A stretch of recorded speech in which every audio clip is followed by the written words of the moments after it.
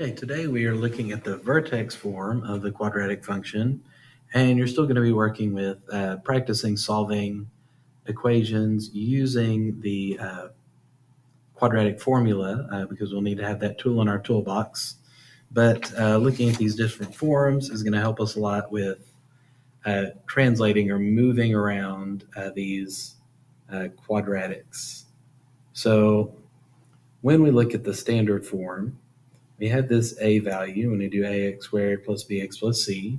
We're using a, b, and c to plug it into the quadratic formula. But the a value here is what determines the concavity and width. So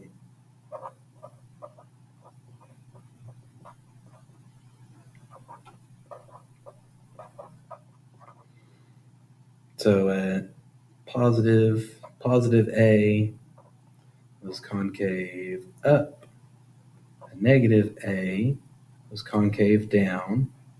If it's a larger whole number, the width, so if a was 5, it'd be a real skinny parabola. If a was equal to 1/5, it would be a real wide parabola. So that kind of gives you an idea of your concavity and your width. C is going to give you your y-intercept.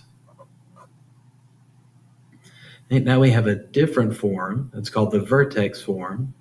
And it's called the vertex form because the h value and the k value are going to be the x and y value of your vertex. So an important thing to notice here is that you have this negative sign, and that negative just tells us that whatever, like if I look down here, it says -6, that's a +6, +7. +1 means that was a -1 with a minus sign in front of it. Okay, I just realized I had this on pause through most of it. So going through real quickly here, all of my different portions. And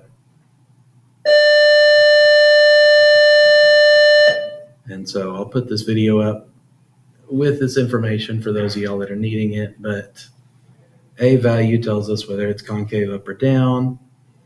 Vertex here is the h value. Remember, the negative means it'll switch the sign, the y value, and my axis of symmetry will be the number with the x.